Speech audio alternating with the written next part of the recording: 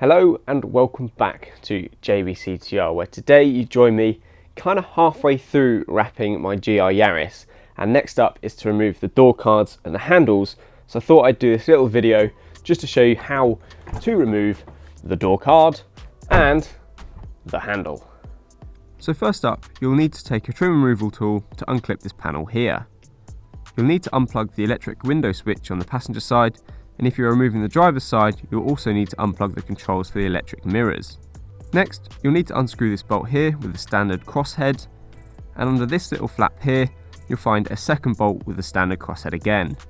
Now we need to remove the second piece of trim to reveal the remaining two bolts. There's one here, and one hidden deep inside the door here.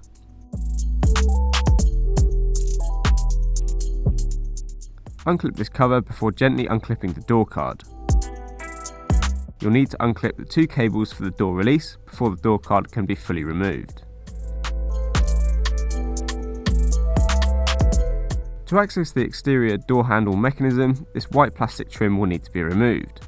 This is held on with a series of clips. The blue handles can be twisted to remove.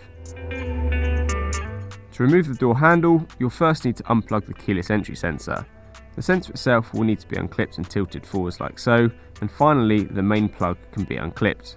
I found this a little tricky, but I found a small flathead to be the most effective way at releasing the clips. This is what it looks like when released, so you can see the release mechanism. Lastly, you'll need to pull these tabs away to release the external handle. On the exterior of the car, pull the handle to the rear before sliding it out like so. And there you have it. That's how you remove a door handle and a door card off a GR Yaris. If you found this useful, give it a thumbs up. If you want to see more of me, the GR Yaris and other car content, then feel free to subscribe, and I'll catch you in the next one. There goes a sight from my soul.